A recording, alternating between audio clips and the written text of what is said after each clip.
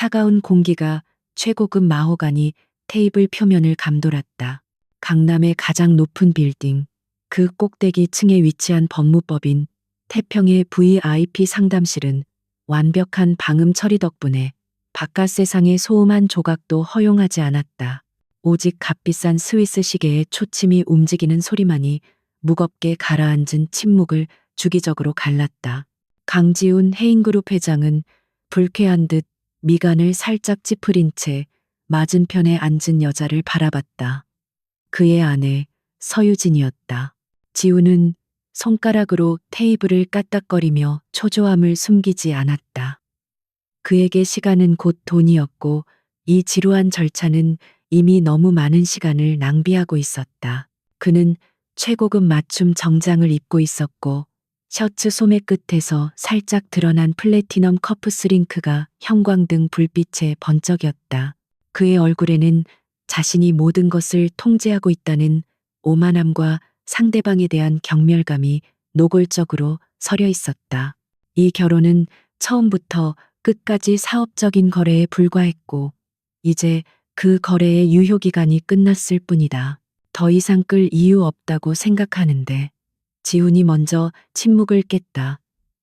그의 목소리는 방 안의 온도만큼이나 차가웠다. 변호사가 조심스럽게 서류 뭉치를 유진 앞으로 밀었다.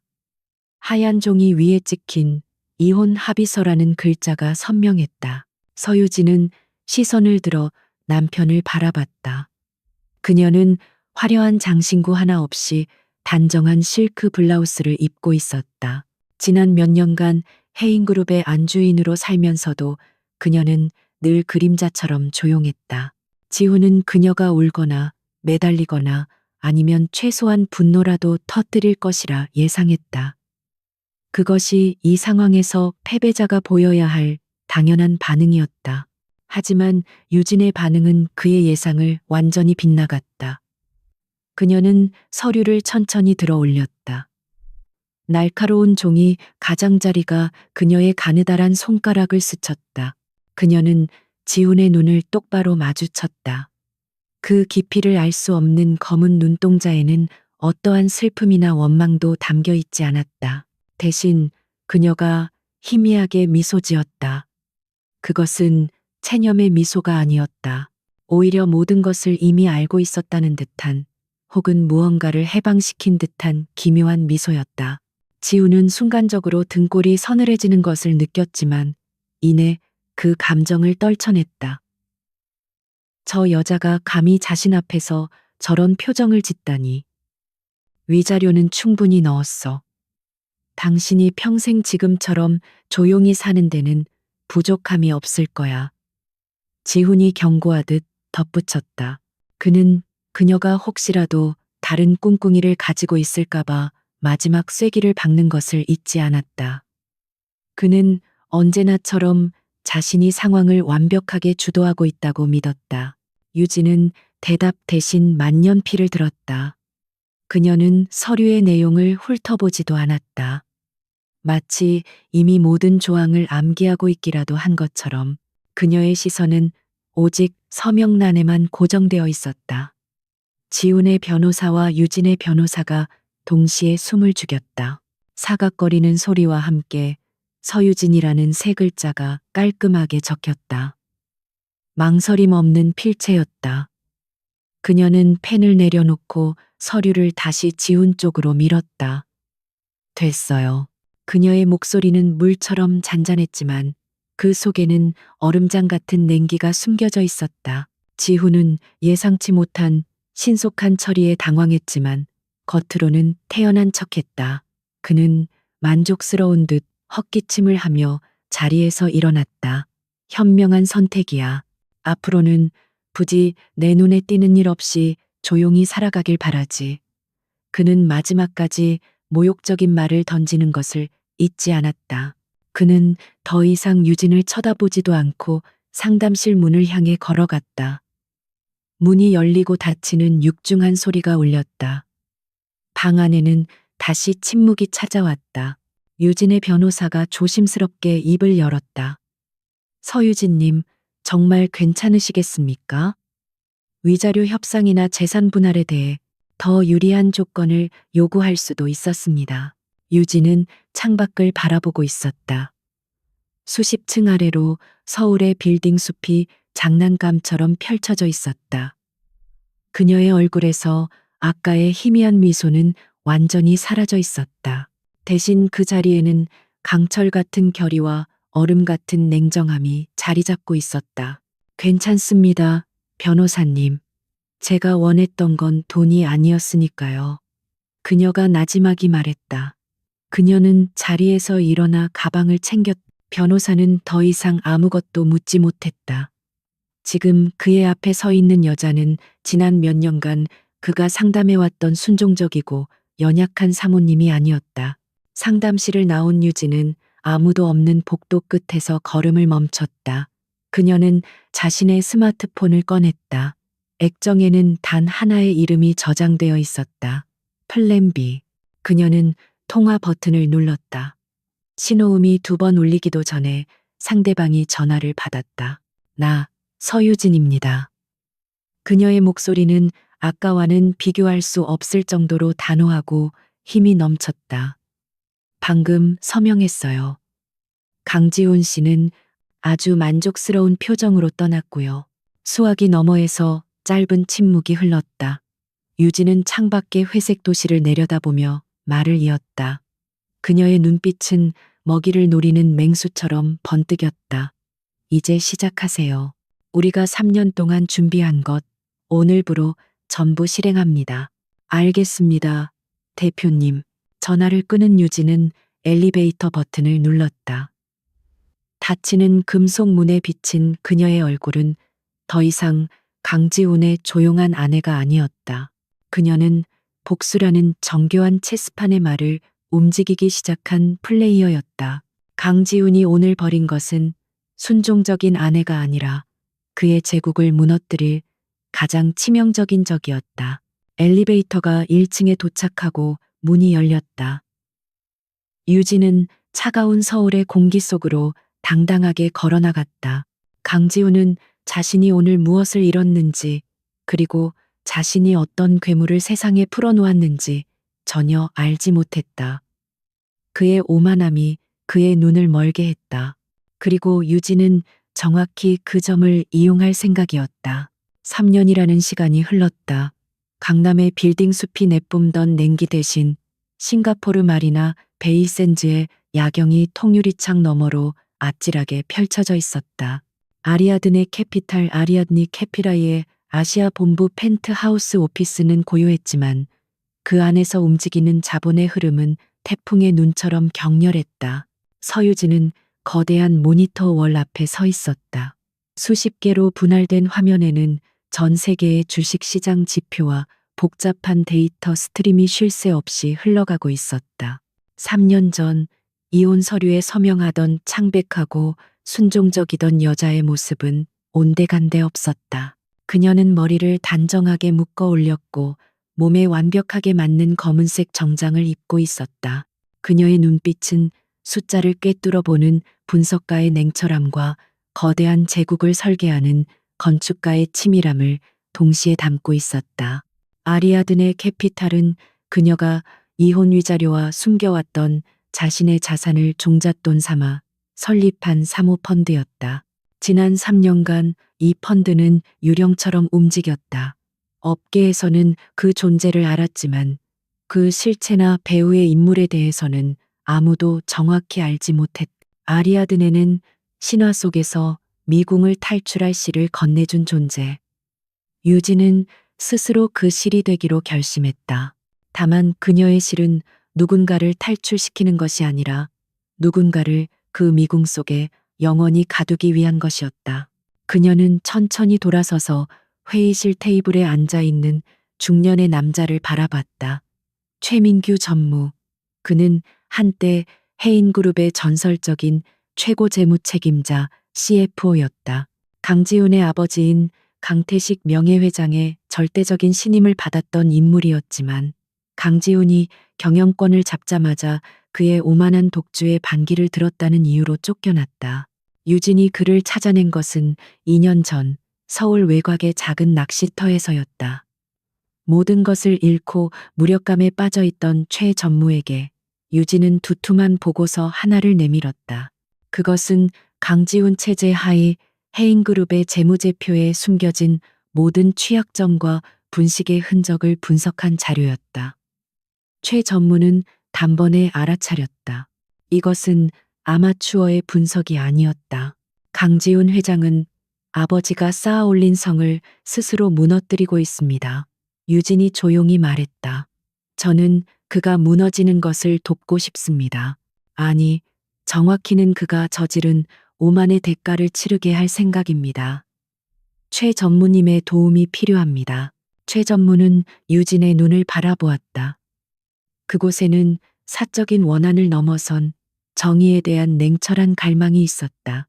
그는 자신이 평생을 바친 회사가 오만한 2세 경영인의 손에 망가지는 것을 더 이상 지켜볼 수 없었다.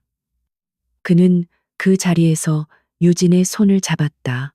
그리고 지금 그들은 싱가포르의 이 비밀스러운 사무실에서 해인그룹이라는 거대한 괴물의 해부도를 펼쳐놓고 있었다. 강지훈은 여전히 변하지 않았습니다. 대표님. 최 전무가 굳은 표정으로 입을 열었다. 그의 가장 큰 약점은 자신의 능력을 과신한다는 것, 그리고 그 여자입니다. 모니터 화면 하나에 한 여자의 사진이 떠올랐다. 배우 출신의 오수경. 강지훈이 유진과 이혼한 직후부터 공개적으로 옆에 두고 있는 여자였다. 세간에는 그녀가 곧 해인그룹의 새로운 안주인이 될 것이라는 소문이 파다했다. 단순한 애인 관계가 아닙니다. 최 전무가 자료를 넘기며 설명했다. 오수경은 해인그룹의 주요 의사결정에 깊숙이 관여하고 있습니다. 그녀의 인맥이라는 이유로 검증되지 않은 업체들이 해인의 협력사로 등록되고 있고 그녀가 관심을 보이는 사업에는 막대한 자금이 투입되고 있습니다. 유진은 차갑게 웃었다. 사랑에 눈이 먼 게 아니에요. 강지호는 자신의 선택이 항상 옳다고 믿는 부류죠. 오수경은 그 오만함을 충족시켜주는 거울일 뿐입니다. 그녀를 통해 자신의 결정에 정당성을 부여하는 거죠. 진짜 문제는 따로 있습니다. 유진이 화면을 전환했다. 화면에는 해인바이오, 퓨처 하인바이오, 퓨처라는 프로젝트 로고가 나타났다. 이겁니다. 강지훈이 그룹의 사활을 걸고 있는 신사업. 차세대 항암 치료제를 개발한다는 명목으로 지난 2년간 천문학적인 R&D 비용을 쏟아붓고 있죠. 겉보기에는 화려합니다. 최 전무가 말을 받았다. 하지만 내부 사정을 들여다보면 심각합니다. 핵심 기술은 아직 확보되지도 않았는데 강지훈은 이미 성공을 확신하고 공장 부지 매입과 설비 투자를 밀어붙이고 있습니다. 만약 이 프로젝트가 좌초된다면 해인그룹 전체가 유동성 위기에 빠지게 될 겁니다. 유진이 그의 말을 마무리했다. 그녀의 눈빛이 날카롭게 빛났다. 강지훈은 지금 모래 위에 성을 짓고 있어요. 우리는 그가 성을 더 높이, 더 화려하게 짓도록 내버려둬야 합니다. 그리고 가장 높은 층에 도달했을 때 기초가 되는 모래를 빼낼 겁니다. 어떻게 접근하실 계획입니까? 최 전무가 물었다. 강지훈은 정면 승부를 좋아하죠. 하지만 우리는 그렇게 싸우지 않을 겁니다. 유진은 책상 위에 태블릿을 들어 올렸다. 화면에는 유럽의 작은 도시에 위치한 이름도 생소한 생명공학 연구소의 이름이 떠 있었다. 노바젠 테크놀로지스, 노베이진 테크놀로지스, 이곳입니다. 해인 바이오 퓨처 프로젝트의 핵심 특허 기술을 우회적으로 보유하고 있는 곳이죠. 강지훈의 인수합병팀은 이 작은 회사가 자신들의 거대한 프로젝트에 얼마나 치명적인지 전혀 모르고 있습니다. 그들은 너무 크고 화려한 것만 좇느라 발밑의 지뢰를 보지 못하죠. 유진은 자리에서 일어났다. 최 전무님, 아리아드네 캐피탈 유럽 지사에 지시하세요. 당장 노바젠 테크놀로지스 인수를 시작합니다. 시장에 눈치채지 못하게 최대한 조용하고 신속하게 강지훈이 알아챘을 때는 이미 우리가 그의 생명줄을 쥐고 난 후여야 합니다. 알겠습니다. 대표님. 최 전무의 얼굴에 3년 만에 처음으로 긴장감과 흥분이 동시에 감돌았다. 그는 잃어버렸던 자신의 검을 다시 찾은 노련한 장수와 같았다. 유진은 다시 통유리창 앞으로 걸어갔다. 화려한 싱가포르의 야경이 그녀의 차가운 눈동자에 비쳤다. 3년 전 그녀는 모든 것을 잃은 채 그 법무법인 건물을 걸어 나왔다. 하지만 이제 그녀는 자신만의 군대를 이끌고 돌아갈 준비를 하고 있었다. 강지훈, 당신이 나에게서 빼앗아간 것은 조용한 아내의 자리가 아니었어. 당신은 당신의 제국을 지킬 유일한 방패를 스스로 내던진 거야. 서울, 해인그룹 본사 30층의 거대한 이사회 회의실. 통유리창 너머로 한강이 은빛띠처럼 펼쳐져 있었지만 회의실 안의 공기는 강지훈 회장의 일방적인 열변으로 뜨겁게 달아올라 있었다. 그는 거대한 스크린에 떠 있는 해인 바이오 퓨처의 청사진을 가리키며 열을 올렸다. 여러분, 이것은 단순한 신사업이 아닙니다. 이것은 해인의 미래, 아니, 대한민국 바이오 산업의 판도를 바꿀 게임 체인저입니다. 강지훈의 목소리는 확신에 차 있었고 그 누구의 반론도 용납하지 않겠다는 독선으로 가득했다. 그의 옆자리에는 그룹의 공식 직함도 없는 오수경이 화려한 모습으로 앉아 마치 자신이 부회장이라도 되는 듯 고개를 끄덕이고 있었다. 임원들은 지훈의 기세에 눌려 혹은 그의 눈밖에 날까 두려워 감히 이의를 제기하지 못했다. 최민규 전무가 쫓겨난 자리를 대신한 새로운 재무 담당 임원 박상무가 조심스럽게 태블릿 PC를 넘기며 입을 열었다. 그는 강지훈의 비위를 맞추는 데는 능했지만 최 전무가 가졌던 날카로운 분석력은 없었다. 회장님, 프로젝트는 계획대로 순항 중입니다. 다만 방금 유럽 지사에서 올라온 사소한 정보 보고가 하나 있습니다. 박 상무가 땀을 닦으며 말했다. 그는 이것을 보고해야 할지 말아야 할지 망설인 기색이 역력했다. 우리가 기술 제휴를 맺고 있는 벨기에의 한 연구소와 관련된 건입니다. 강지훈의 미간이 살짝 좁혀졌다. 본론만 말해. 시시콜콜한 거 보고할 시간 없어. 예, 노바젠 테크놀로지스라는 작은 바이오텍 회사가 싱가포르계 사모펀드에 인수되었다는 소식입니다. 워낙 작은 규모의 M&A라 시장에서는 거의 주목받지 못했습니다만 강지훈은 어이가 없다는 듯 코웃음을 쳤다.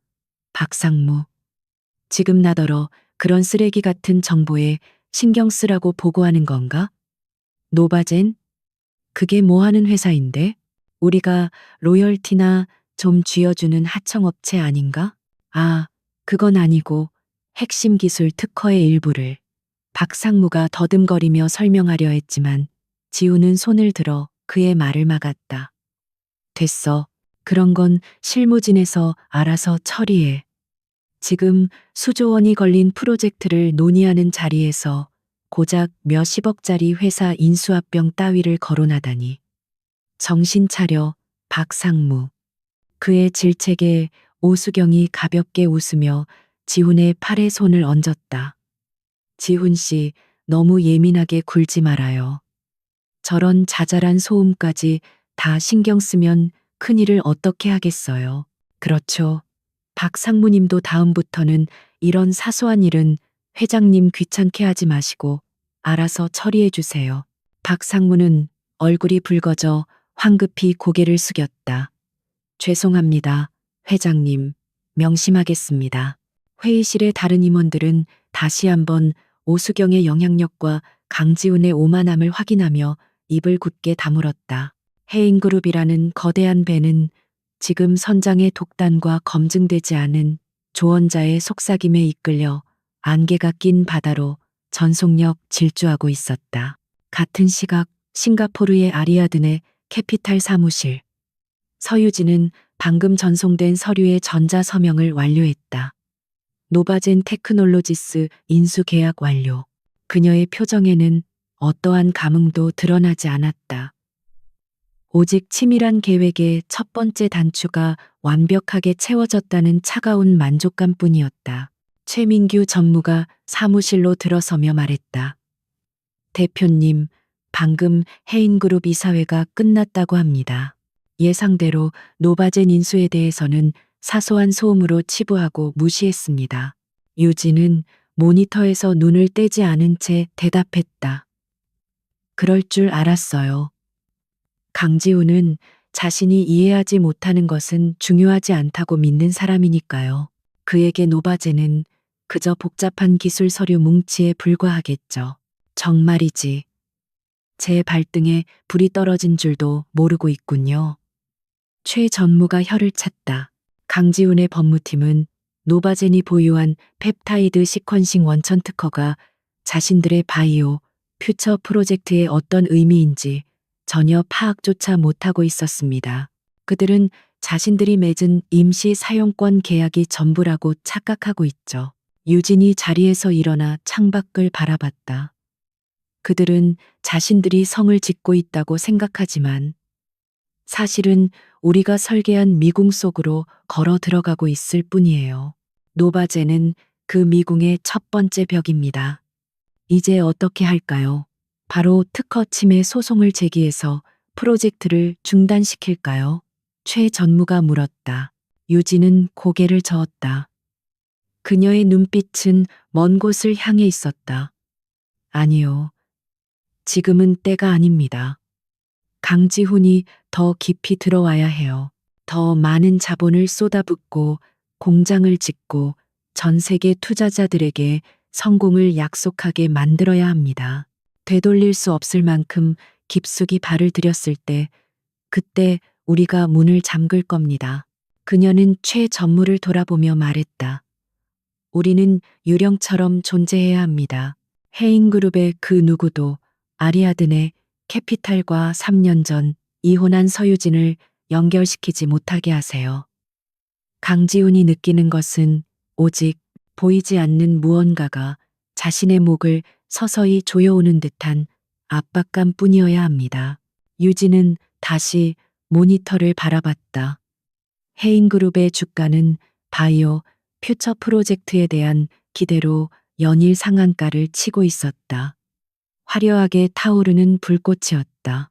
하지만 유진은 이미 그 불꽃 아래에서 조용히 타고 있는 도화선을 보고 있었다. 첫 번째 균열은 이미 시작되었다. 서울의 스카이라인이 회색빛으로 물들어가는 늦은 오후, 북악산 기슭에 자리한 고즈넉한 찻집, 수묵, 쇠모의 별채. 최민규 전무는 끓어오르는 찻주전자의 김을 바라보며 말없이 앉아 있었다. 이곳은 시끄러운 도심의 권력자들과는 거리가 먼 옛 선비들의 풍류를 흉내내는 이들만이 아는 은밀한 장소였다. 맞은편에는 바싹 마른 체형의 중년 남자가 불안한 듯 찻잔만 만지작거리고 있었다. 해인그룹 재무팀의 김 부장이었다. 그는 최 전무가 CFO로 재직하던 시절 그의 바로 밑에서 숫자를 다루던 성실한 실무자였다. 강지훈 체제가 들어선 이후 그는 쓴소리를 한다는 이유로 핵심 업무에서 밀려나 한직을 맴돌고 있었다. 오랜만입니다. 김 부장. 얼굴이 많이 상했군. 최 전무가 먼저 침묵을 깼다. 그의 목소리는 따뜻했지만 그 안에는 묵직한 무게가 실려 있었다. 김 부장은 씁쓸하게 웃으며 고개를 숙였다. 전무님, 아니, 지금은 그렇게 부르면 안 되겠군요. 잘 지내셨습니까? 내가 어떻게 지냈는지가 뭐가 중요하겠나. 문제는 자네가 그리고 우리가 평생을 바친 해인이 어떻게 지내고 있느냐지. 최 전무는 맑은 찬물을 따르며 나직이 말했다. 그 한마디에 김 부장의 애써 누르고 있던 감정이 터져나왔다. 솔직히 말씀드리면 지옥 같습니다. 김 부장의 목소리가 미세하게 떨렸다. 회사는 지금 강지훈 회장의 개인 왕국이 되어버렸습니다. 숫자는 그저 장식품일 뿐 모든 결정은 회장님의 기분과 오수경 씨의 입김에 따라 움직입니다. 아무도 감히 아니오라는 말을 하지 못합니다. 최 전무는 예상했다는 듯 조용히 찻잔을 밀어주었다.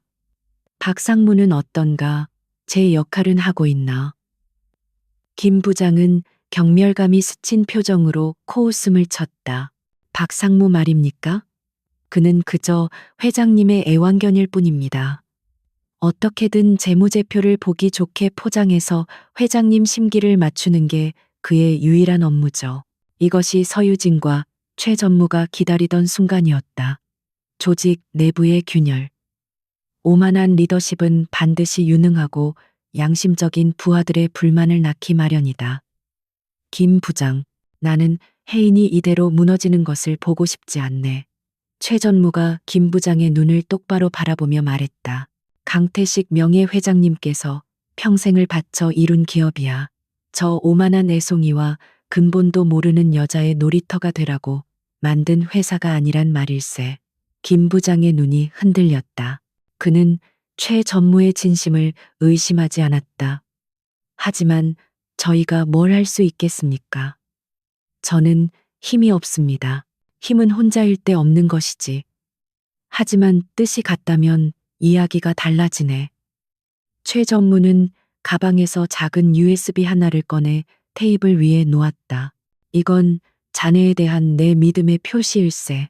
내가 지난 2년간 외부에서 추적한 해인의 비자금 흐름 일부야. 하지만 이건 껍데기에 불과해. 진짜 증거는 안에 있네. 자네가 있는 곳에. 김 부장은 마른 침을 삼켰다. 이것은 단순한 하소연 자리가 아니었다. 이것은 위험한 제안이자 거대한 폭풍의 시작이었다. 제가 뭘 하면 되겠습니까? 싱가포르 아리아든의 캐피탈 본사. 서유진은 화상회의 화면 속 최 전무의 보고를 받으며 차갑게 눈을 빛내고 있었다. 김 부장이 넘어왔군요. 예상대로입니다. 그는 숫자와 원칙을 목숨처럼 여기는 사람이니까요. 지금의 회의는 그에게 모욕 그 자체였을 겁니다. 그렇습니다, 대표님. 김 부장을 통해 재무팀 내부의 다른 불만 세력들과도 접촉을 시작했습니다. 최 전무의 목소리가 이어졌다.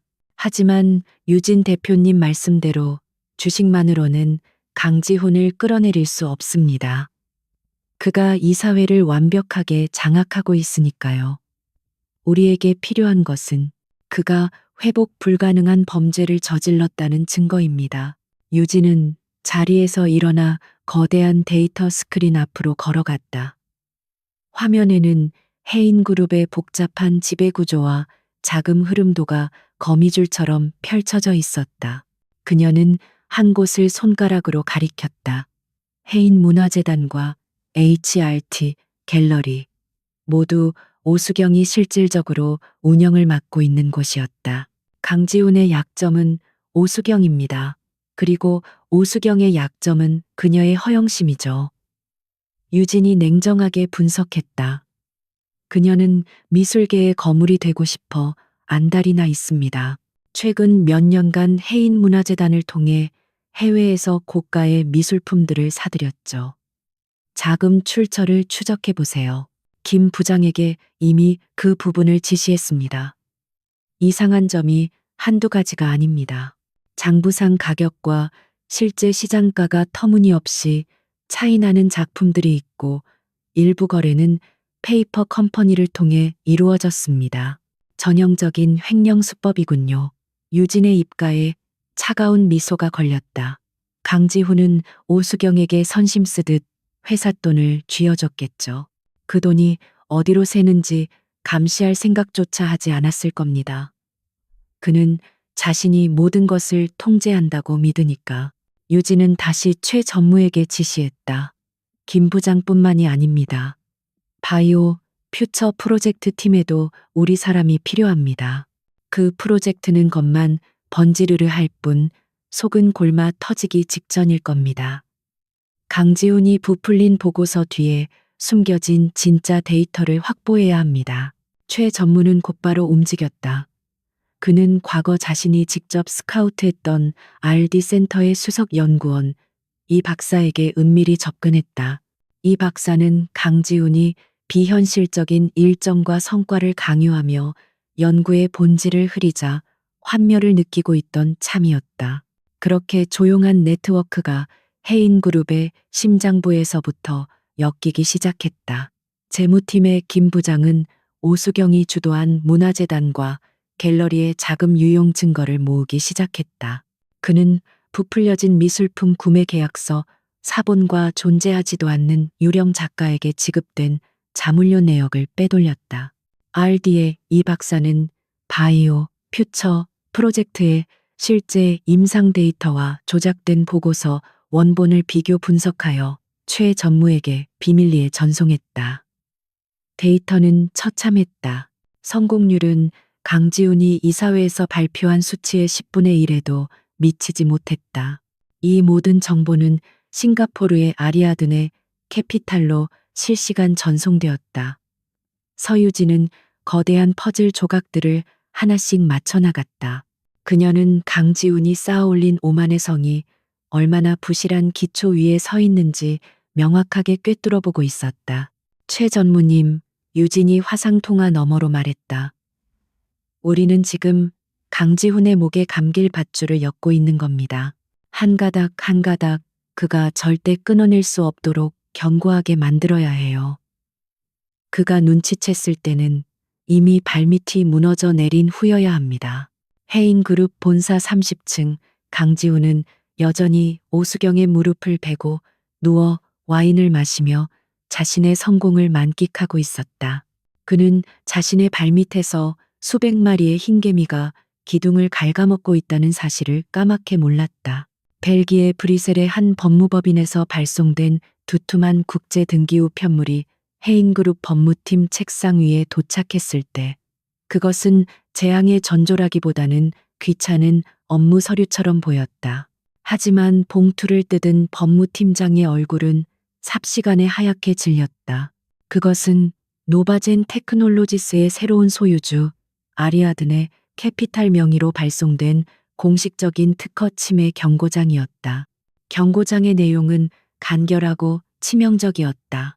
현재 해인 바이오 퓨처 프로젝트에서 사용 중인 핵심 펩타이드 시퀀싱 기술이 노바젠이 보유한 원천 특허 10부 EU 2489A를 정면으로 침해하고 있으며 즉각적인 기술 사용 중단과 함께 과거 사용분에 대한 막대한 규모의 징벌적 손해배상을 청구한다는 내용이었다. 이 소식은 즉시 RD 센터의 이 박사에게도 전달되었다. 그는 서류를 검토하는 척하며 내심 서유진 대표의 치밀함에 감탄했다. 강지훈이 무시했던 그 사소한 회사가 이제 해인그룹의 심장을 겨누는 비수가 되어 돌아온 것이다. 이 박사는 즉시 프로젝트의 기술적 결함을 인정하는 공식 보고서를 작성하여 상부에 올렸다. 특허 침해? 그게 무슨 개소리야. 강지훈 회장의 고함이 30층 집무실을 뒤흔들었다. 그는 자신에게 이 끔찍한 소식을 보고한 박 상무와 법무팀장을 잡아먹을 듯이 노려봤다. 고작 로열티나 받아먹던 놈들이 감히 우리한테 경고장을 보내? 아리아드네 캐피탈. 그건 또 어디서 굴러먹던 놈들이야. 회장님, 그게 저희가 확인해 보니 노바젠이 보유한 특허가 생각보다 광범위하고 원천적인 기술에 해당되는 것 같습니다. 법무팀장이 떨리는 목소리로 아뢰었다. 과거 최민규 전무님 시절에는 임시 사용권 계약으로 위험을 회피했는데 현재는 그 계약이 만료된 상태에서 저희가 기술을 무단으로 그래서 내 허락도 없이 그런 중요한 계약을 만료시킨 놈이 누군데. 강지훈은 자신의 무지가 아닌 부하 직원의 실책으로 모든 것을 돌렸다. 그는 책상을 내리치며 소리쳤다. 당장 그 노바젠이라는 거지 같은 놈들한테 역소송을 걸어. 감히 해인을 상대로 공갈 협박을 해? 본때를 보여줘. 하지만 회장님, 소송으로 가면 저희가 불리할 가능성이 높고 무엇보다 바이오 퓨처 프로젝트 자체가 중단될 수 있습니다. 박상무가 식은땀을 흘리며 간신히 말했다. 중단. 강지훈의 눈이 번뜩였다. 감히 누가 내 프로젝트를 중단시켜. 이 박사, RD 센터는 뭐 하고 있어? 그는 즉시 이 박사에게 인터컴을 연결했다. 당장 그 특허 따위를 우회할 수 있는 새로운 기술을 개발해 24시간 연구실 불 꺼트리지 마. 돈은 원하는 대로 부어줄 테니까. 이깟 기술 장벽 하나 못 넘어서 내 발목을 잡아? 강지우는 조사를 통해 문제를 해결하는 대신 돈과 권력으로 문제를 덮어버리는 가장 익숙한 방식을 택했다. 그는 RD 예산을 2배로 증액하고 최고의 변호사들을 고용해 노바젠을 상대로 한 맞소송에 착수했다. 그는 이것이 단순한 특허 사냥꾼들의 돈 요구라고 굳게 믿었다. 하지만 시장은 강지훈만큼 낙관적이지 않았다. 서유진 측에서 은밀하게 흘린 정보는 한 경제 전문지의 구석 기사로 시작되었다. 해인 바이오, 퓨처, 예기치 못한 특허 암초 만나나? 처음에는 작은 파문이었지만 정보는 꼬리를 물고 퍼져나갔다. 해인의 주가가 몇 년 만에 처음으로 하락세로 돌아섰다.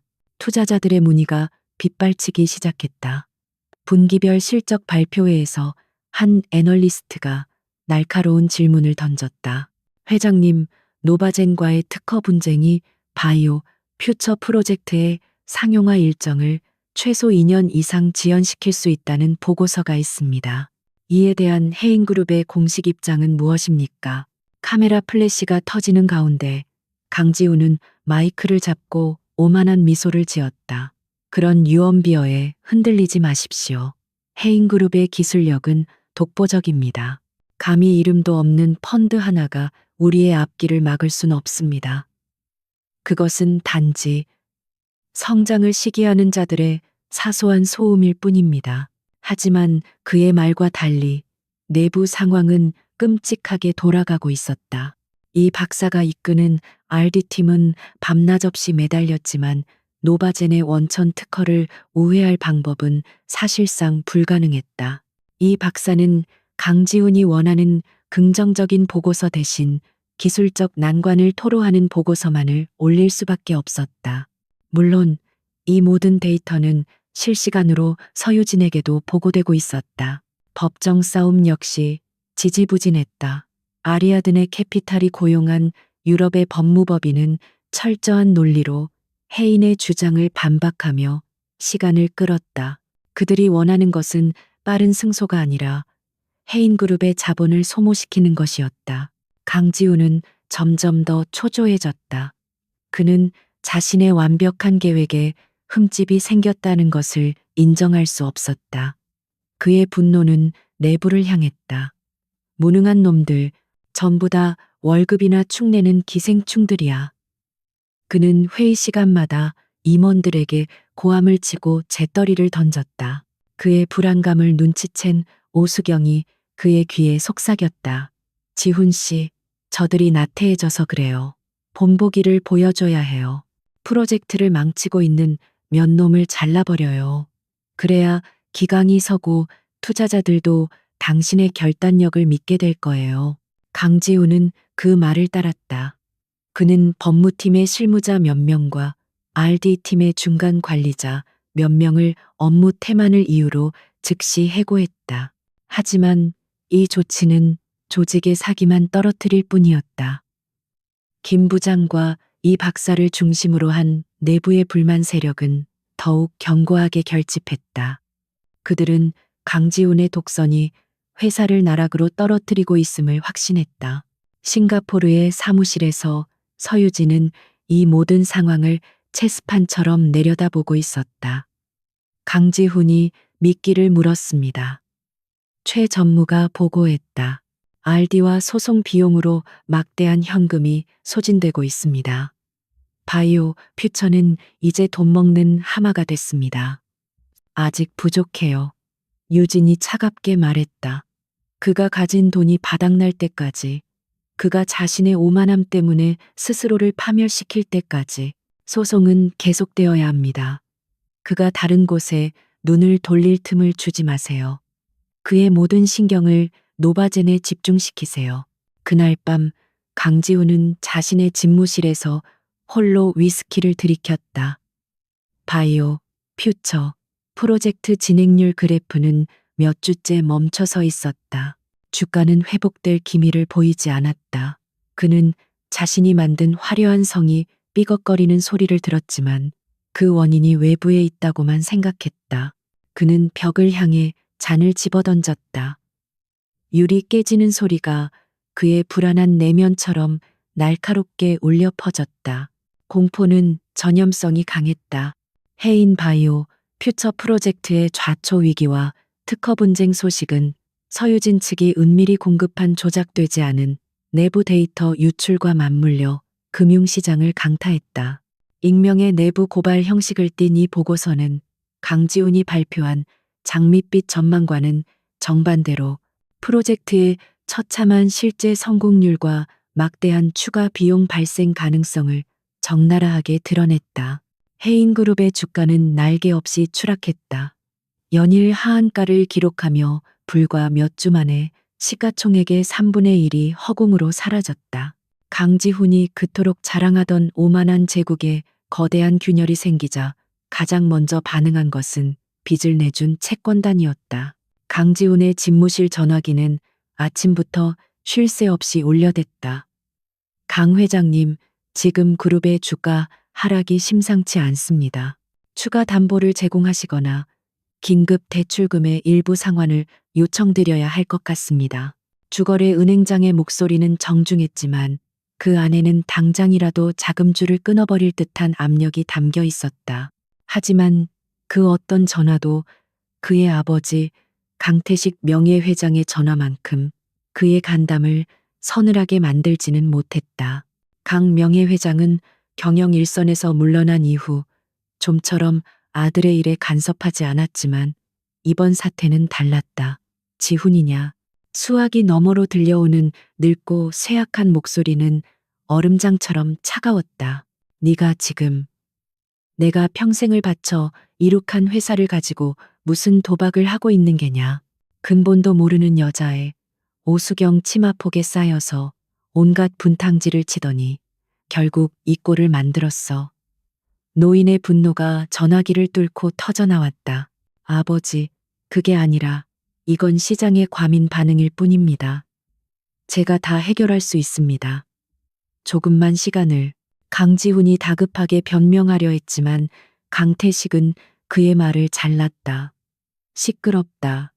당장 이사회를 소집해 일주일 주겠다.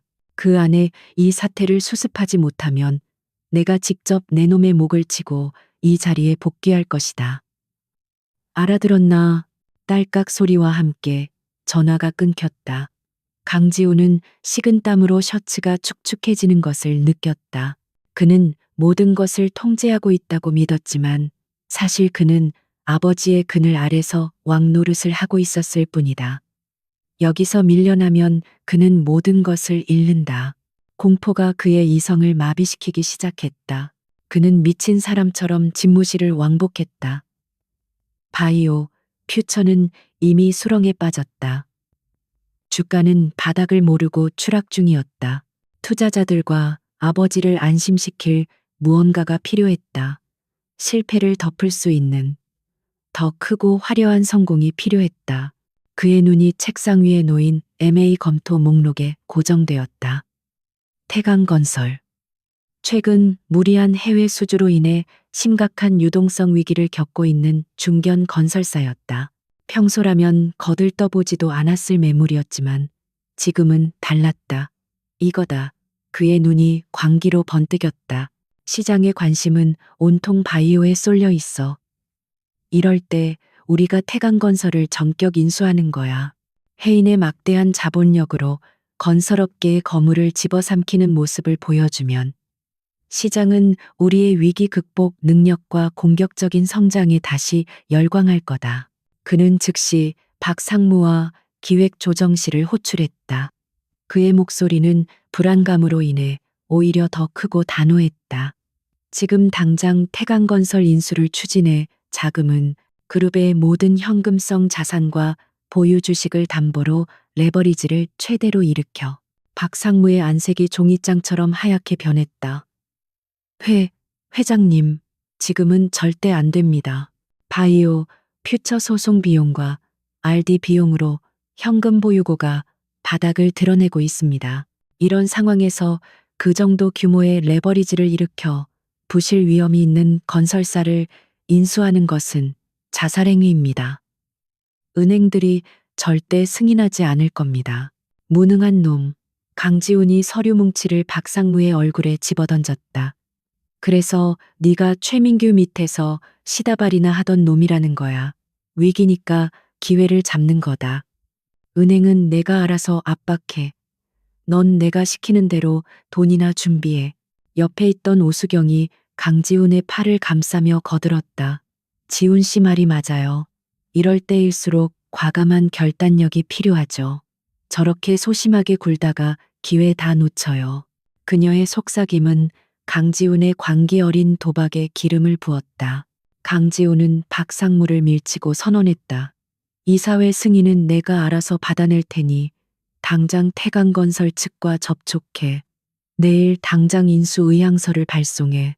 박상무는 더 이상 아무 말도 하지 못했다.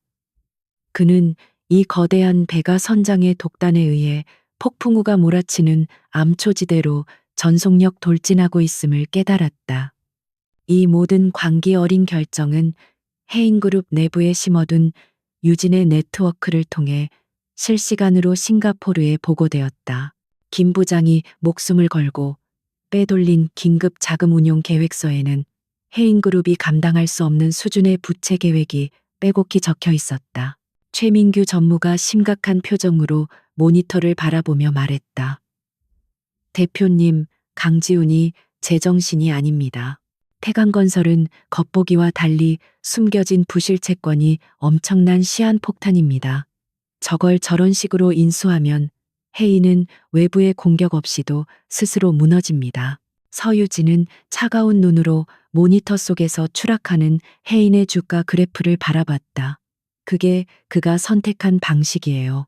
그는 작은 실패를 인정하느니 더 큰 도박으로 모든 것을 덮으려 하죠. 그의 오만함이 정확히 우리가 예측한 대로 그를 파멸로 이끌고 있습니다. 그녀가 마침내 입을 열었다. 최 전무님, 우리도 움직일 때입니다. 태강건설 인수 전에 뛰어드실 생각입니까? 아니요. 유진이 고개를 저었다. 강지훈이 태강건설이라는 진흙탕에 두 발이 묶여 허우적거리는 동안 우리는 조용히 해인그룹의 주식을 사들일 겁니다. 그가 자금을 마련하기 위해 내놓는 자사주, 시장이 공포에 질려내다 파는 주식을 아리아든의 캐피탈이 전부 흡수합니다. 그가 눈치채지 못하게 여러 개의 위장 계좌를 통해서 강지훈은 위기 탈출을 위해 마지막 발악을 하고 있었다. 하지만 서유진은 그 발악조차 자신의 거대한 계획의 일부로 만들고 있었다. 사냥감이 가장 필사적으로 날뛸 때 사냥꾼은 가장 조용히 그물코를 조여야 했다. 강지훈이 태강건설이라는 수렁에 빠져 허우적거리는 동안 해인그룹의 재무 상태는 문자 그대로 시시각각 악화되고 있었다. 태강건설에 숨겨진 부실은 강지훈의 예상을 훨씬 뛰어넘는 수준이었다. 인수계약서의 잉크가 마르기도 전에 이름도 모르는 해외 채권단이 수천억 원대의 우발 채무 상환을 요구하며 몰려들었다. 해인그룹의 현금은 바이오, 퓨처, 프로젝트에 및 빠진 독에 붙는 소송 비용과 RD 비용, 그리고 이제는 태강건설의 부채를 막는데 이중으로 빨려 들어가고 있었다. 박상무는 매일 아침 살얼음판을 걷는 심정으로 강지훈에게 작은 보고를 올렸다. 회장님, 오늘 만기가 돌아오는 어음을 막기 위해서는 보유 중인 해인물산 주식을 추가로 매각해야 합니다. 또 매각이야? 젠장. 강지훈은 집무실의 고가 도자기를 벽에 집어던졌다. 은행놈들은 뭐 하고 있어? 내가 누군지 잊었어? 당장 전화해서 만기 연장하라고 해. 하지만 은행들의 태도는 냉담했다. 이미 해인그룹의 신용등급은 추락하고 있었고 강지훈의 오만한 협박은 더 이상 통하지 않았다.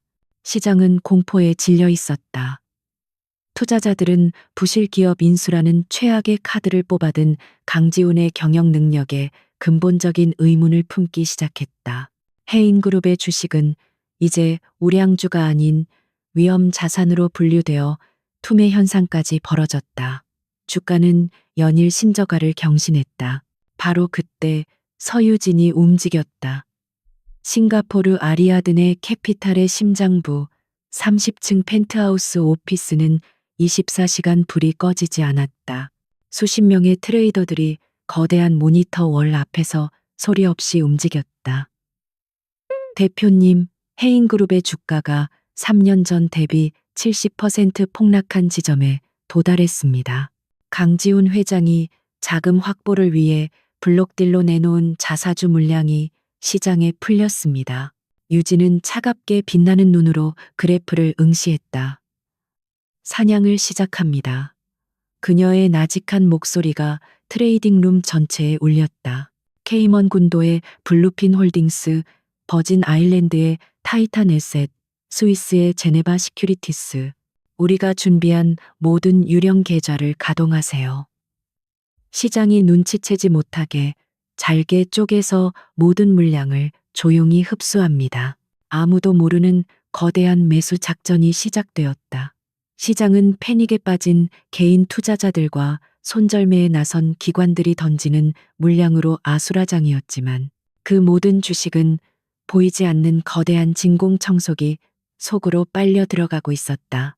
아리아드네 캐피탈은 수십 개의 위장법인을 통해 단일 주체로서는 공시 의무 5% 룰가 발생하지 않도록 치밀하게 지분을 매입했다.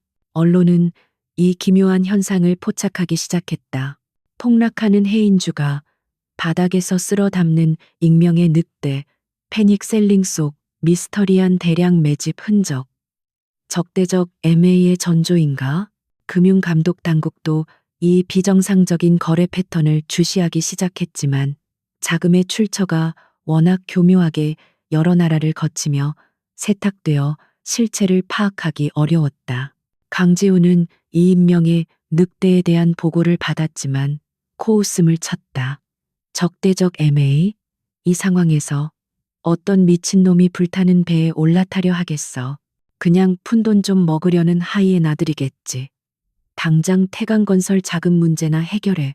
그는 자신이 직면한 현금 위기에 눈이 멀어 등 뒤에서 조용히 다가오는 진짜 포식자를 보지 못했다. 유진은 첫 번째 그물이 성공적으로 펼쳐진 것을 확인했다. 이제 두 번째 그물을 던질 차례였다. 그녀는 최민규 전무를 불렀다. 그동안 김 부장과 이 박사가 모아온 자료들. 완벽합니까? 최 전무는 두툼한 암호화 파일이 담긴 저장 장치를 내밀었다. 완벽합니다, 대표님. 오수경을 통한 해인 문화재단의 자금 횡령 증거, 미술품 구매 가격 조작 내역, 유령 회사로 빼돌린 비자금 흐름도, 그리고 바이오, 퓨처 프로젝트의 원본 임상 데이터와 이사회를 기만하기 위해 조작된 보고서, 원본 대조 파일까지. 이것 하나면 강지훈은 끝입니다. 유진의 눈빛이 얼음장처럼 차가워졌다. 언론에 흘리지 마세요. 그건 하수들이나 하는 짓입니다. 우리는 그에게 반격할 시간이나 동정표를 얻을 기회를 줄 필요가 없습니다. 그녀는 단호하게 지시했다. 가장 신뢰할 수 있는 법무법인을 통해 대한민국 금융감독원과 검찰청 특수부에 동시에 제출하세요. 내부 고발 형식이 아닌 금융정의를 위한 투서 형식으로. 이것은 치명적인 한 수였다. 언론 보도는 강지훈이 음해 세력의 공작이라며 빠져나갈 구멍을 주지만 금융당국과 검찰의 공식적인 조사는 그 자체로 해인그룹의 숨통을 끊어버릴 수 있었다. 며칠 뒤 대한민국 금융계를 뒤흔드는 뉴스가 속보로 터져나왔다. 금융감독원 해인그룹 특별조사 착수. 뒤이어 검찰청에서도 해인그룹 본사 압수수색 영장이 발부되었다는 소식이 전해졌다. 혐의는 명확했다. 최고 경영진의 업무상 횡령 및 배임, 그리고 자본시장법 위반 허위 공시 및 주가 조작, 금융감독원 조사관들과 검은 정장을 입은 검찰 수사관들이 해인그룹 1층 로비에 들이닥쳤을 때 강지우는 자신의 집무실에서 태강건설 관련 서류를 검토하고 있었다. 박 상무가 창백해진 얼굴로 문을 박차고 뛰어들어왔다. 회장님, 지금 검찰에서. 강지우는 그제야 사태의 심각성을 깨달았다. 바이오, 퓨처 문제도 태강건설 문제도 아니었다. 이것은 자신의 심장을 직접 겨눈 칼이었다. 횡령, 주가 조작, 누가, 어떻게. 그의 머릿속이 하얗게 변했다. 내부 배신자가 있어. 그의 광기 어린 시선이 박 상무를 향했다. 내 놈이냐? 아니면 그는 통제 불능의 분노에 휩싸여 고함을 질렀다. 해인그룹이라는 거대한 배는 이제 외부의 폭풍우뿐만 아니라 선장의 광기로 인한 내부의 반란과 침몰 위기에 동시에 직면했다. 싱가포르의 유지는 사무실의 거대한 스크린을 통해 서울발 뉴스를 실시간으로 지켜보고 있었다. 해인그룹 본사 로비로 들이닥치는 수사관들의 모습과 망연자실한 직원들의 표정이 생중계되고 있었다. 그녀의 얼굴에는 어떤 감정도 떠오르지 않았다. 늑대는 이미 사냥감의 목덜미를 물었다. 검찰의 압수수색은 해인그룹이라는 거대한 기계의 심장에 밝힌 칼날이었다. 수사관들이 가져간 회계장부와 하드디스크는 단순한 증거자료가 아니었다. 그것은 그룹의 모든 금융 거래를 지탱하던 대동맥이었다. 금융감독원은 경영진의 심각한 도덕적 해이 및 자산 은닉 우려를 이유로 해인그룹의 주요 법인 계좌에 대한 지급 정지를 명령했다. 강지훈의 제국은 하루아침에 멈춰섰다. 협력업체에 지급해야 할 대금이 막혔고 직원들의 급여 지급조차 불투명해졌다. 하지만 이것은 시작에 불과했다. 진짜 재앙은 그가 가장 신뢰했던, 아니, 그가 오만하게 부려왔던 금융권에서 터져나왔다. 태강건설을 인수하기 위해 무리하게 일으켰던 수조 원대의 레버리지. 그 대출 계약서에는 아주 작은 글씨로 경영 투명성 위반 또는 주요 경영진의 형사 입건 시 즉각적인 기한이익을 상실한다는 조항이 포함되어 있었다. 은행들은 기다렸다는 듯이 움직였다. 회장님, 주거래 은행입니다. 방금 마진콜 말진 커어이 들어왔습니다. 박 상무가 거의 울부짖듯이 집무실로 뛰어들어왔다. 그의 얼굴은 사색이 되어 있었다. 검찰 조사 착수를 이유로 대출금 전액에 대한 즉시 상환을 요구하고 있습니다. 오늘 오후 5시까지입니다. 뭐라고? 강지훈의 귀를 의심했다. 그는 당장 은행장에게 전화를 걸어 고함을 질렀다. 이봐, 장 행장, 지금 나랑 장난해. 내가 누군지 잊었어. 당장 안 멈춰. 하지만 수화기 너머로 들려오는 목소리는 그가 알던 굽신거리던 은행장이 아니었다. 강 회장님, 유감입니다. 저희도 리스크 관리 규정상 어쩔 수 없습니다.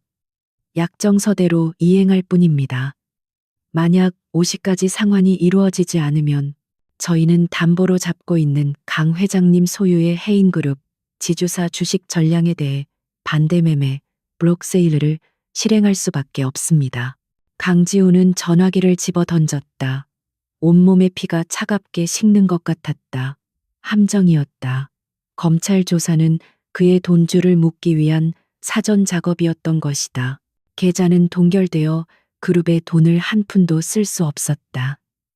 5시까지 수천억 원의 현금을 어디서 구한단 말인가.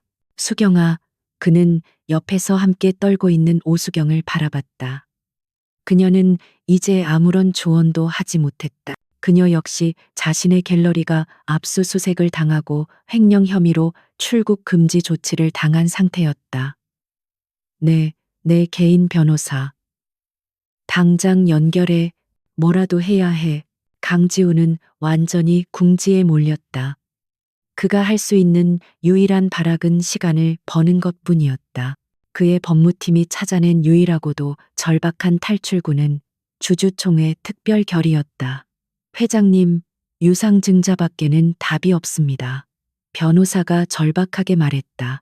지금 당장 긴급 임시 주주총회를 소집하십시오. 경영 정상화를 위한 긴급 자금 수여를 안건으로 상정해야 합니다. 제3자 배정 유상증자를 통해 급한 불을 끄고 은행을 막아야 합니다. 그것은 기존 주주들의 가치를 처참하게 희석시키는 독약 같은 처방이었지만 강지훈에게는 선택의 여지가 없었다. 그는 즉시 이사회를 소집했다. 반대하는 임원은 없었다. 이미 모두가 침몰하는 배에서 살아남을 궁리만 하고 있었다. 법적으로 가능한 가장 빠른 날짜에 임시 주주총회 소집이 공고되었다. 때이는 불과 사흘 뒤였다. 강지우는 그 사흘 동안 자신의 우호 지분을 총동원하며 주주총회 통과를 위해 미친 듯이 뛰어다녔다. 그는 여전히 자신이 해인그룹의 최대 주주라고 믿고 있었다. 비록 담보로 잡혀 있긴 하지만 주식은 아직 자신의 이름으로 되어 있었다. 주주총회만 통과시키면 헐값에라도 주식을 넘겨 현금을 확보하고 은행을 막아낸 뒤 모든 것을 되돌릴 수 있다고 생각했다. 싱가포르의 아리아드네 캐피탈. 서유진은 서울에서 벌어지는 모든 상황을 실시간으로 보고받고 있었다. 강지훈이 주주총회를 소집했다는 소식에도 그녀의 표정은 변함이 없었다. 최 전무님, 은행단과의 협상은 어떻게 되어가고 있습니까? 대표님 말씀대로입니다. 은행들은 지금 당장이라도 강지훈의 주식을 처분하고 싶어 안달이 나 있습니다. 주주총회까지 기다려줄 여유가 없습니다. 주가는 매일 폭락하고 있으니까요. 최 전무가 보고했다. 저희가 제시한 가격에 그들 모두 동의했습니다. 유진은 자리에서 일어났다. 좋습니다. 강지훈이 주주총회장에서 연설을 준비하고 있을 때 우리는 그의 발밑을 빼낼 겁니다. 지금 즉시 계약을 실행하세요.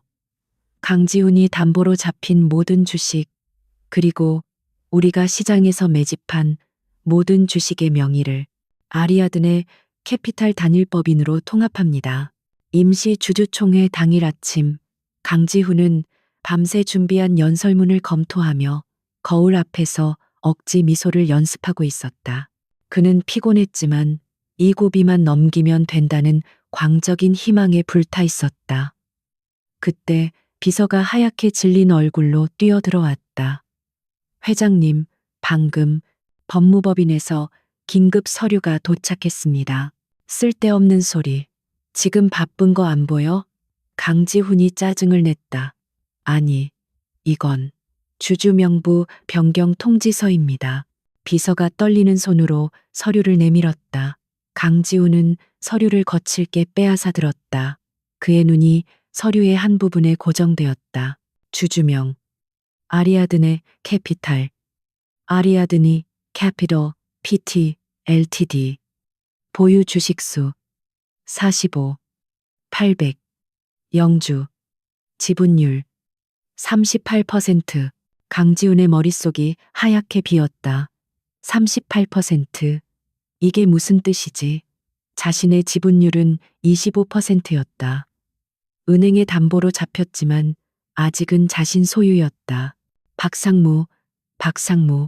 그가 인터컴에 대고 고함을 질렀다. 이게 무슨. 그때 집무실 문이 열리고 박상무가 들어왔다. 그의 손에도 똑같은 서류가 들려 있었다. 회장님, 끝났습니다. 박상무가 절망적인 목소리로 말했다. 은행단이 어젯밤 회장님의 담보 주식 전량을 아리아드네 캐피탈이라는 곳에 블록딜로 매각했습니다. 뭐? 강지훈의 손에서 서류가 떨어졌다. 그럼 내 주식이 없어진 거야? 네. 그리고 그 펀드가 지난 몇 주간 시장에서 사들인 주식까지 합쳐서 방금 한국예탁결제원에 지분 통합 신고를 마쳤다고 합니다.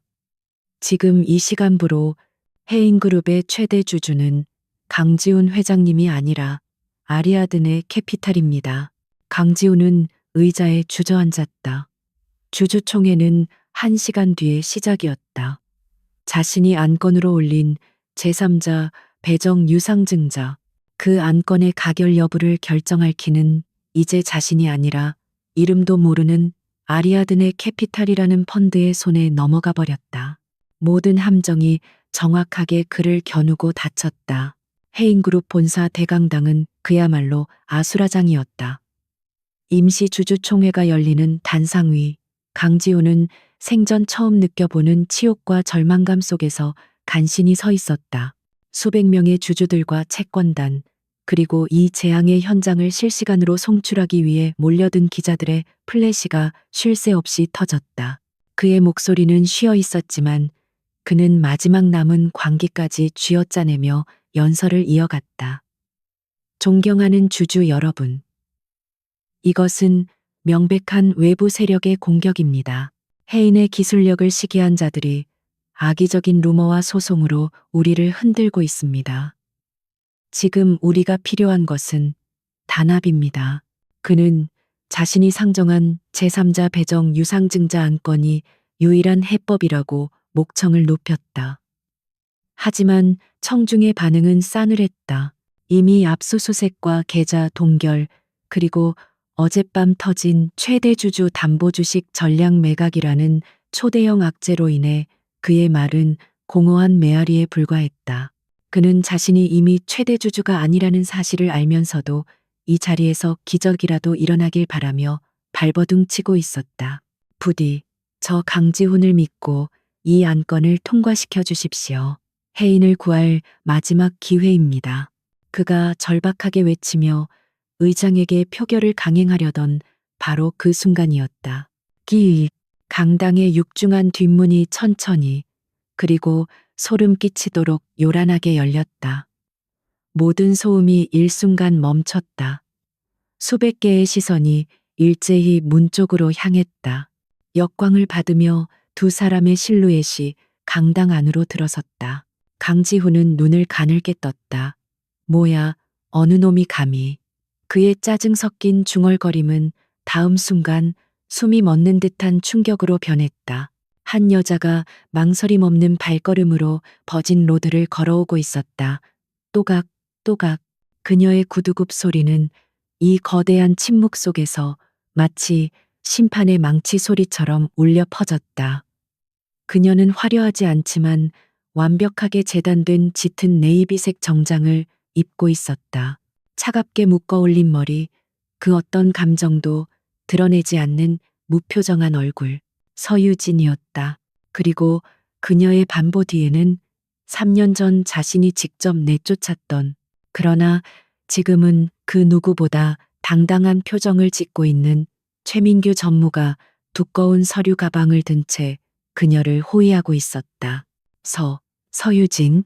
강지훈의 입에서 바람 빠지는 소리가 새어나왔다. 네가 여길 왜? 경비는 뭐해? 저 여자를 당장 끌어내. 그는 본능적인 공포에 휩싸여 고함을 질렀다. 저 여자가 왜 저기서 저런 눈빛으로 걸어오는 것인가? 기자들의 카메라는 미친 듯이 이 새로운 등장인물을 향해 플래시를 터뜨렸다. 하지만 아무도 그녀를 막지 못했다. 오히려 그녀가 단상을 향해 다가오자 앞자리에 앉아있던 정장 차림의 남자들, 아리아드네의 법무팀이 일제히 일어나 그녀에게 길을 열어주었다. 유진은 단상 바로 앞 주주총회 의장의 마이크를 향해 섰다. 의장, 발언권을 요청합니다. 그녀의 목소리는 차갑고 낮았지만 마이크를 통해 강당 전체에 명확하게 울려 퍼졌다. 의장이 당황하며 강지훈의 눈치를 살폈다. 지금 회의 진행 중입니다. 등록된 주주도 아니지 않습니까? 그때 유진의 뒤에 있던 변호사가 나섰다. 정정합니다.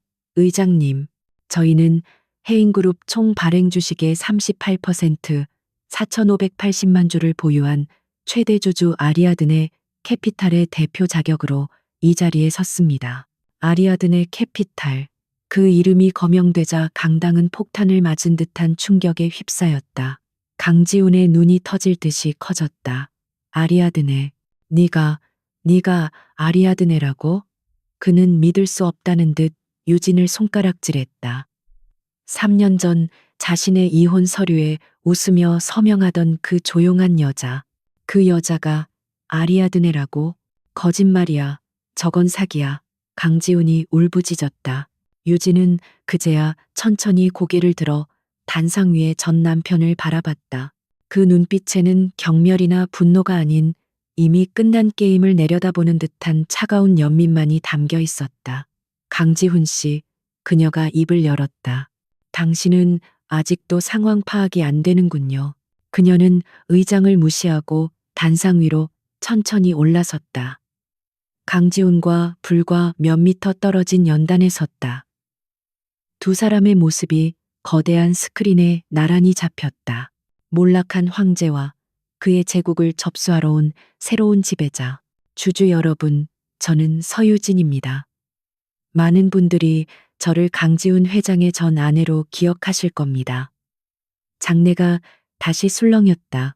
하지만 오늘 저는 여러분의 새로운 최대 주주 아리아드네 캐피아이탈의 대표이사 서유진으로 이 자리에 섰습니다. 그녀는 최민규 전무에게 손짓했다. 최 전무는 즉시 연단에 연결된 노트북에 USB를 꽂았다. 강지훈이 긴급 유상증자 안건을 띄워놓았던 거대한 스크린이 꺼지고 새로운 화면이 나타났다. 강지훈 회장은 여러분께 회사를 구할 마지막 기회라며 자금 수여를 요청했습니다. 하지만 여러분이 구해야 할 대상은 회사가 아니라 바로 강지훈 회장 그 자신에게서 이 회사를 구해내는 것입니다. 첫 번째 화면이 떴다. 그것은 RD 센터에 이 박사가 목숨 걸고 빼돌린 바이오 퓨처의 원본 임상 데이터였다. 처참한 실패율을 기록한 그래프와 그 옆에 강지훈이 이사회와 투자자들에게 발표했던 조작된 성공률 그래프가 나란히 비교되었다. 강지훈 회장은 성공 가능성이 희박한 프로젝트에 그룹의 명운을 걸고 수천억 원의 자금을 쏟아부었습니다. 그는 실패를 감추기 위해 데이터를 조작하고 이사회를 기만했습니다. 강지훈의 얼굴이 백지장처럼 하얘졌다. 저건 조작이야, 저놈. 이 박사, 당장 끌어내. 유진은 멈추지 않았다. 다음 화면이 떴다. 해인 문화재단과 HRT 갤러리의 자금 흐름도였다. 김 부장이 추적한 내용이었다. 수십억 원짜리 미술품이 어떻게 부풀려진 가격으로 계약되었는지, 그 차액이 오수경이 실소유주로 있는 유령 법인 계좌로 어떻게 흘러 들어갔는지가 적나라하게 드러났다. 그는 회사의 위기 상황에서도 자신의 애인 오수경의 허영심을 채워주기 위해 수백억 원의 회사 돈을 횡령했습니다. 이것이 여러분이 믿었던 회장 강지훈의 민낯입니다. 강당은 이제 분노한 주주들의 고함 소리로 가득 찼다. 사기꾼, 강지훈 물러나. 유진은 차가운 목소리로 선언했다. 강지훈 씨가 상정한 제3자 배정 유상증자 안건은 회사를 살리는 것이 아니라 자신의 범죄를 덮고 경영권을 방어하기 위한 마지막 발악일 뿐입니다. 이에 최대 주주 아리아드네 캐피탈은 본 안건에 대해 강력히 반대합니다. 그녀는 청중을 둘러보며 마지막 일격을 가했다. 그리고 우리는 이 자리에서 긴급 동의안을 발의합니다. 특정 경제범죄 가중처벌법상 횡령 및 배임, 자본시장법 위반 혐의로 현 대표이사 강지훈을 즉각 해임하고 모든 관련 이사진의 직무를 정지시킬 것을 정식으로 요청합니다. 안 돼. 강지훈이 단상 위에서 주저앉듯 비틀거렸다. 바로 그때 강당의 뒷문이 다시 한번 열렸다. 이번에는 기자들이 아니었다. 검은색 정장을 입은 검찰 수사관들이었다. 그들은 주주총회장에서 이 모든 증거가 공개되기를 기다렸다는 듯 정확한 타이밍에 나타났다. 수사관들이 성큼성큼 단상을 향해 걸어왔다. 강지훈 씨, 리드하는 검사가 차가운 목소리로 말했다. 업무상 횡령 및 배임, 주가 조작 혐의로 긴급 체포합니다.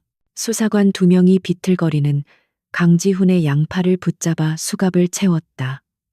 강지훈은 저항할 기력조차 없었다. 그는 끌려 내려가며 단상 위에 유진을 향해 악에 받친 눈을 부릅떴다. 서유진, 네가 감히 나를. 유진은 수갑을 찬 채 끌려나가는 전 남편을 차갑게 내려다보았다. 당신을 무너뜨린 건 내가 아니에요. 강지훈 씨, 그녀의 목소리는 오직 그에게만 들릴 정도로 나직했지만 그 어떤 비수보다 날카로웠다. 당신을 무너뜨린 건 3년 전 내 미소의 의미조차 읽지 못했던 당신의 그 오만함이에요. 강지훈이 수갑을 찬 채 검찰 수사관들에게 끌려나가자 대강당은 잠시 동안의 충격적인 침묵에 휩싸였다. 수백 명의 주주들은 방금 자신들의 눈앞에서 펼쳐진 한 편이 완벽한 몰락극을 미처 소화하지 못한 듯 멍하니 서 있었다. 그들의 분노는 방향을 잃었고 이제 모든 시선은 단상 위에 홀로 선 서유진에게로 향했다. 그녀는 누구인가? 복수에 성공한 전 아내인가? 아니면 이 혼란을 틈타 회사를 집어삼키려는 또 다른 포식자인가? 의심과 경계, 그리고 일말의 기대감이 뒤섞인 공기가 강당을 무겁게 짓눌렀다. 서유진은 그들의 시선을 피하지 않았다. 그녀는 마이크를 고쳐 잡았다. 그녀의 목소리는 방금 전 강지훈의 범죄를 고발할 때의 얼음장 같은 냉철함과는 달리 낮고 차분했지만 거부할 수 없는 힘이 실려 있었다. 주주 여러분, 그리고 해인그룹 임직원 여러분. 저는 오늘 이 자리에 복수를 위해 서지 않았습니다. 그녀는 잠시 숨을 골랐다. 저는 강지훈이라는 한 개인을 심판하기 위해 3년을 준비한 것이 아닙니다. 저는 그가 무너뜨린 해인그룹의 가치, 그리고 그가 짓밟은 수많은 사람들의 신뢰를 되찾기 위해 이 자리에 섰습니다. 해인은 강지훈 한 사람의 왕국이 아닙니다. 유진은 최민규 전무를 바라보았다. 최 전무가 고개를 끄덕이며 단상 위로 올라섰다.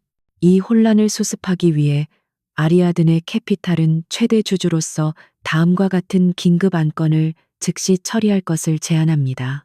첫째, 현 대표 이사 강지훈 및 그의 불법 경영에 동조한 관련 이사 전원에 대한 해임안.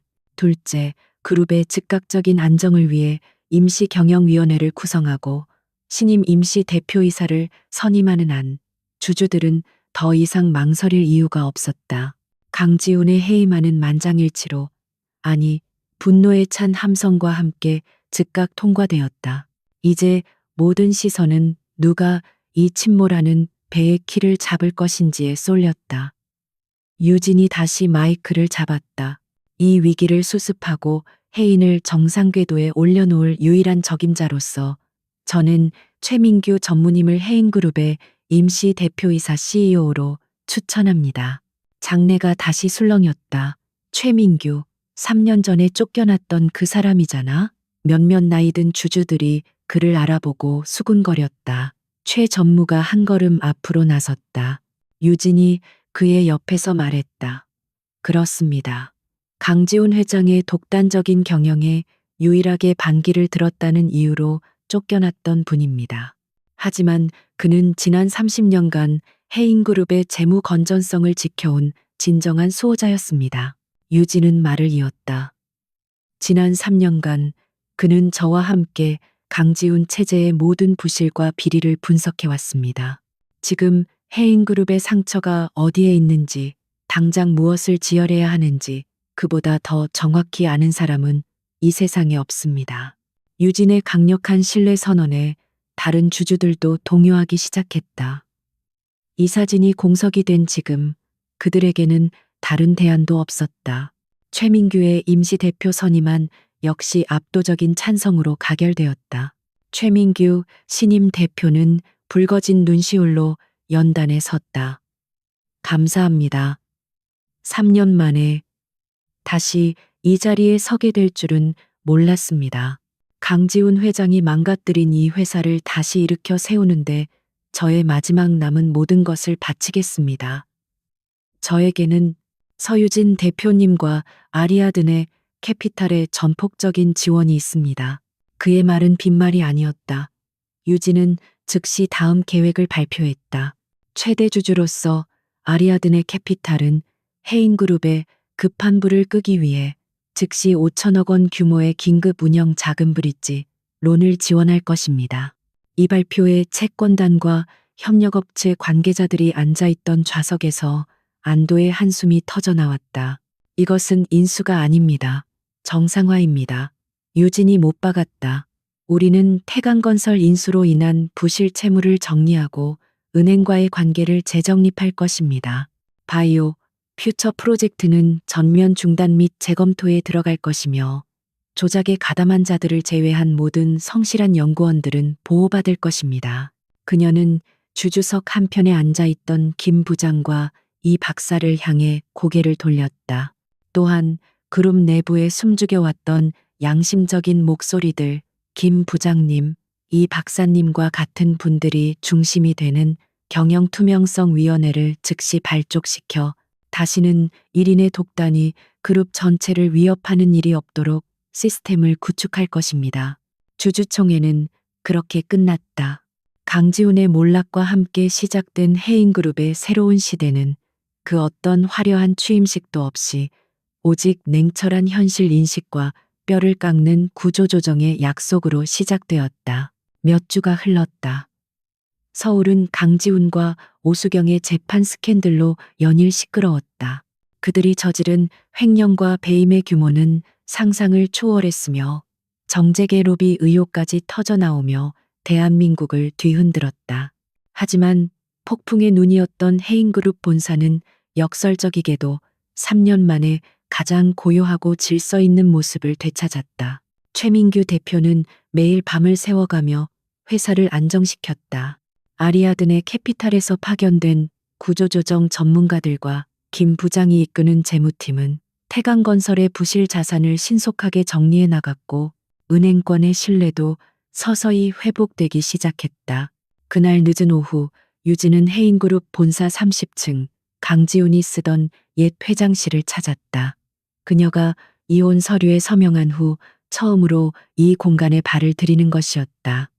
방 안은 깨끗하게 치워져 있었다. 오수경의 취향이던 화려한 그림들과 사치스러운 가구들은 모두 사라지고 강지훈의 광기와 오만을 상징하던 거대한 마호가니 책상과 검은색 가죽 의자만이 덩그러니 남아 있었다. 유진은 천천히 방을 가로질러 통유리창 앞에 섰다. 노을이 지기 시작하는 서울의 스카이라인이 한눈에 내려다 보였다. 3년 전 법무법인 사무실에서 내려다보던 그 잿빛 도시와 같은 도시였지만 지금 그녀의 눈에 비친 풍경은 사뭇 달랐다. 그녀는 자신의 뒤에 있는 거대한 회장 의자를 돌아보았다. 강지훈이 그토록 집착했던 권력의 상징. 그가 아버지에게서 물려받아 자신의 것이라 굳게 믿었던 자리. 그녀는 천천히 의자를 향해 걸어갔다. 손을 뻗어 차가운 가죽의 감촉을 느꼈다.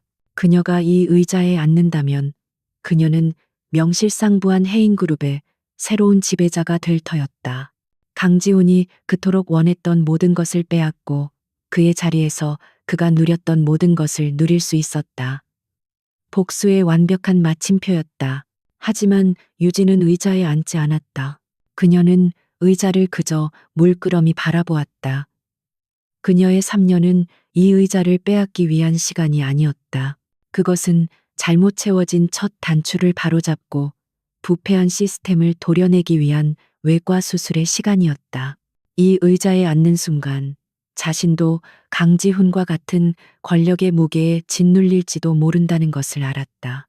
그녀는 의자에서 손을 떼고 뒤로 물러섰다. 그녀의 자리는 이곳이 아니었다. 그녀의 자리는 싱가포르의 아리아드네 캐피탈, 숫자가 춤추는 모니터 앞이었다. 그녀는 혜인의 지배자가 아니라 혜인이 다시 올바른 길을 가도록 감시하고 지원하는 건축가이자 투자자였다. 유진은 더 이상 그 의자를 돌아보지 않았다. 그녀는 자신이 할 일이 끝났음을, 그리고 동시에 새로운 일이 시작되었음을 직감했다. 그녀는 조용히 회장실을 나섰다.